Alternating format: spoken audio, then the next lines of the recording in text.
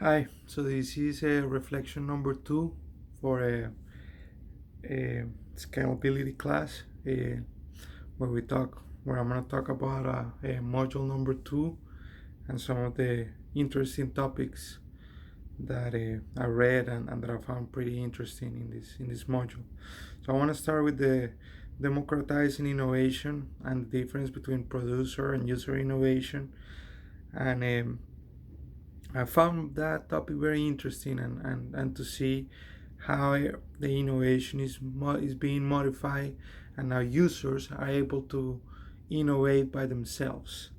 And when a user innovates, the benefit is for that user, because then that user is going to be able to use that thing, that idea that they would innovate.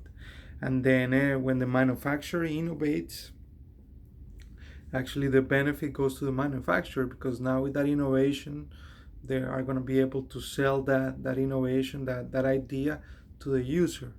So I like that concept. I like the concept that now the user is able to innovate and is able, by using a product or using a service, making it better by by their day-to-day activities that they use that product or service.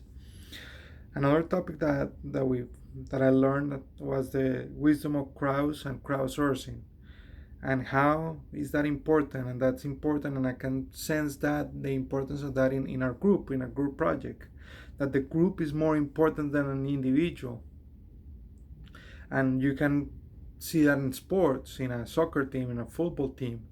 uh, Things that you have to play as a team, when the team gets together and when the team does their job, is better than any individual. You can have the best players in your team, or you can have the best people in a group of that you do a work project or a school project. But if those people don't work as a group, then the project is not going to work and the team is not going to work, and they're going to lose. So I can see that in our group. So I found very interesting also several things that a group can do to be successful.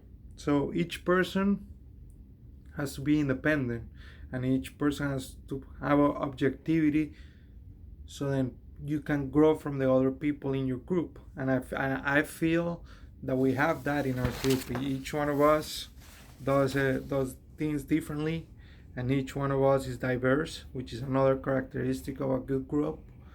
And we all have our own way of living and our own story. So with that story, we have our own thoughts and emotions and knowledge.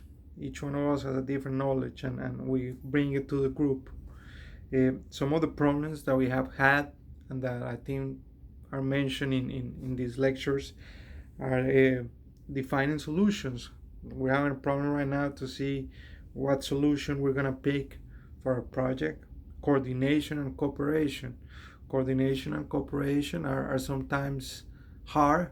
I believe that we've done good about those topics. I feel that we have a system of how we do things, and that we are we have a lot of cooperation between each other.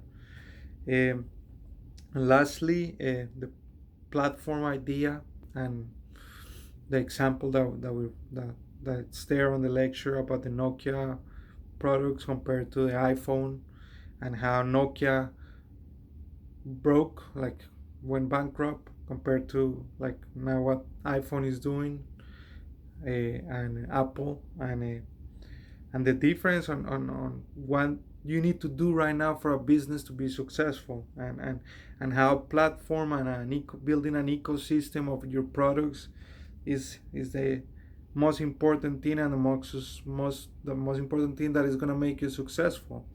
And and and I agree with Apple. And like Cole was saying the other day in class, he has Apple products, and he's forced now to use an Apple cell phone, an Apple tablet, an Apple computer, an Apple TV, because Apple made an ecosystem about all the products. So that now people are forced to use all of these products, but it's a force that is also not with bad qualities. Is they're providing the best quality and the best service for the customer.